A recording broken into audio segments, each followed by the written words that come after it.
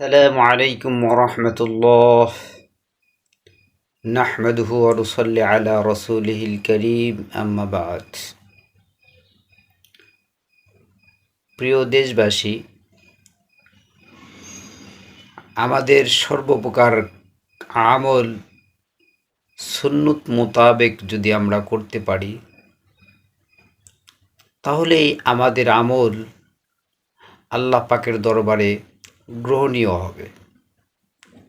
হুজুর পাক সাল্লাল্লাহু আলাইহি সাল্লাম এবং তার সাহাবায়ে কেরাম যেরকমভাবে আমল করেছেন, আমরা ঠিক সেরকমভাবে তাদের অনুসরণ করে যদি আমল করতে পারি তাহলে আল্লাহ রাব্বুল আলামিন আমাদের প্রত্যেকটি আমলই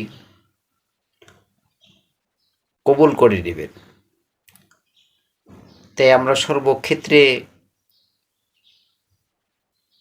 হুজুর পাক সাল্লাল্লাহু আলাইহি সাল্লামের সুন্নতের অনুকরণ করব প্রত্যেকটা আমলের ক্ষেত্রেই।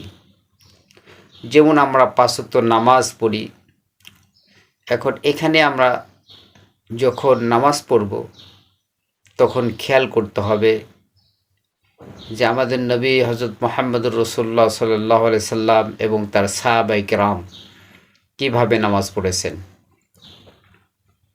আমরা যদি সেই অনুসরণ করি তাহলে আমাদের আমলও কবুল করে নেবেন।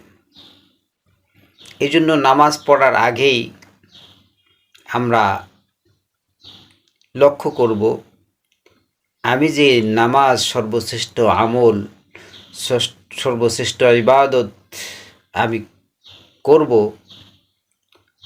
তো এটার মধ্যে সুন্নত তরিকা কি, হুজুর পাক সাল্লাল্লাহু আলাইহি সাল্লাম কীভাবে নামাজ পড়েছেন, নামাজের আগে কি কি সুন্নত আদায় করেছেন।